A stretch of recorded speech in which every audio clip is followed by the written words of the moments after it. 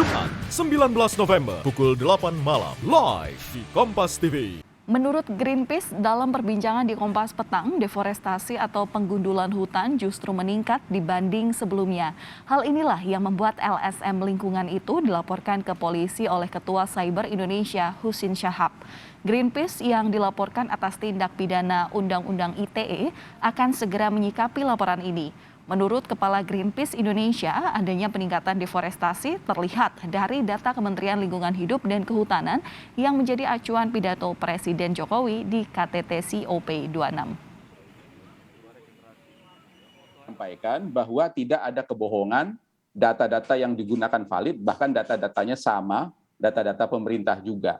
Yang kedua, kalau saya bisa tambahkan, adalah bahwa tidak ada kalau saya baca laporan polisinya, tidak ada keonaran, permusuhan, kebencian, atau bahkan sentimen sara yang ditimbulkan oleh pernyataan kami, oleh analisa kami. Kami membantah keras hal itu karena tidak ada terjadi apa-apa yang bisa disebut dengan keonaran atau bahkan disebutkan sentimen sara. Hate speech tadi ya?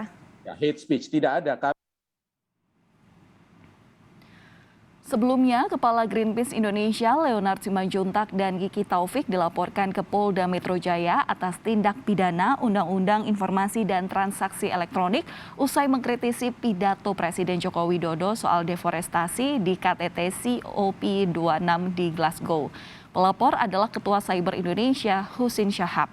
Pelaporan ini dibuat di Polda Metro Jaya. Pelapor mengatakan pihaknya melaporkan Greenpeace Indonesia karena merasa dirugikan atas pernyataan Greenpeace Indonesia terkait data deforestasi di Indonesia. Menurutnya, data yang disampaikan Greenpeace Indonesia tidak sesuai fakta dan menyesatkan. Sebelumnya, Saudara Presiden Joko Widodo menyampaikan pencapaian Indonesia di bidang kehutanan dalam beberapa tahun belakangan pada pidatonya di KTT ke-26 Perubahan Iklim atau KTT COP26 di Glasgow, Skotlandia. Jokowi membahas laju deforestasi hingga rehabilitasi mangrove. Jokowi menyebut penurunan laju deforestasi menjadi yang paling rendah dalam 20 tahun terakhir.